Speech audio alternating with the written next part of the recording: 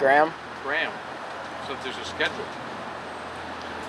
Kind of, not really. I mean, we let each other know what's going on, so the schedule is Monday through Saturday, 9 to 5. That's the opportunity when you can save people.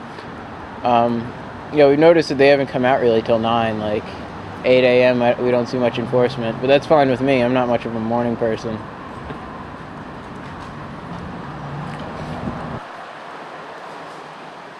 And Graham gets paid to do what he told me. Graham's a cool kid. But you don't get paid to do it.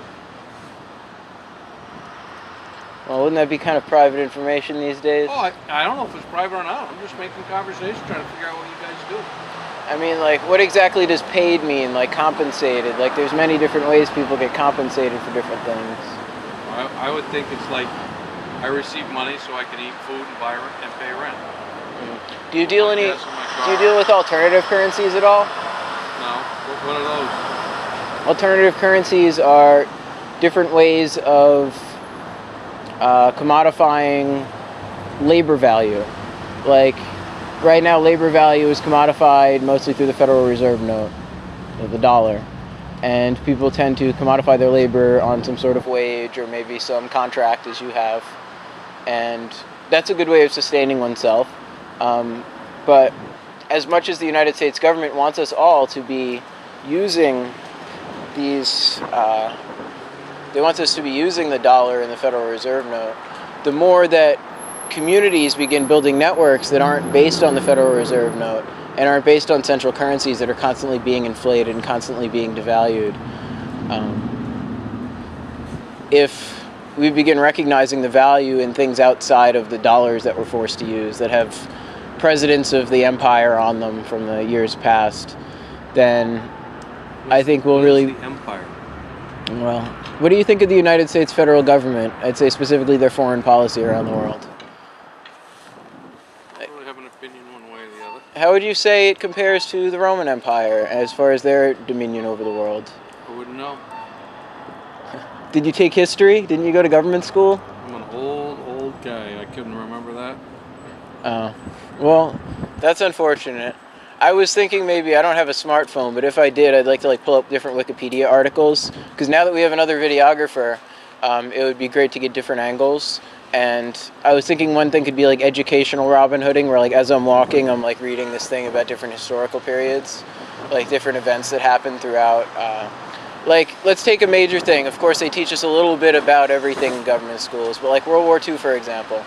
There's so much that's taught about it, but we never learn about, I hate using those collectivist words.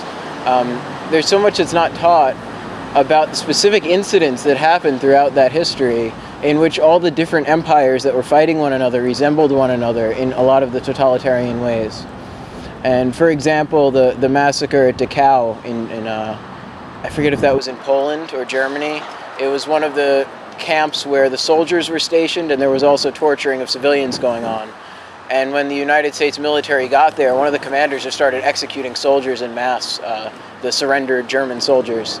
And those are atrocities that we never learn about, that it makes the United States very much resemble the Soviet Union and some of the atrocities of the Nazi regime. So I thought that would be a good way of making this educational.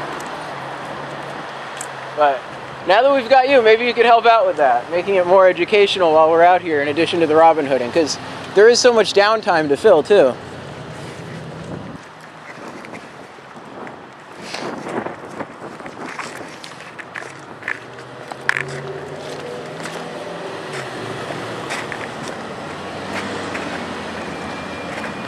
While they're across the street, I'm saving this car.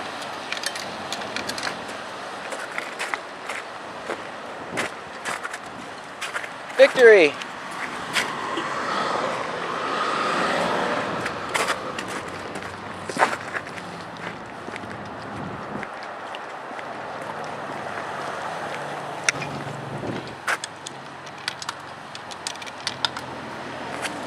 Victory!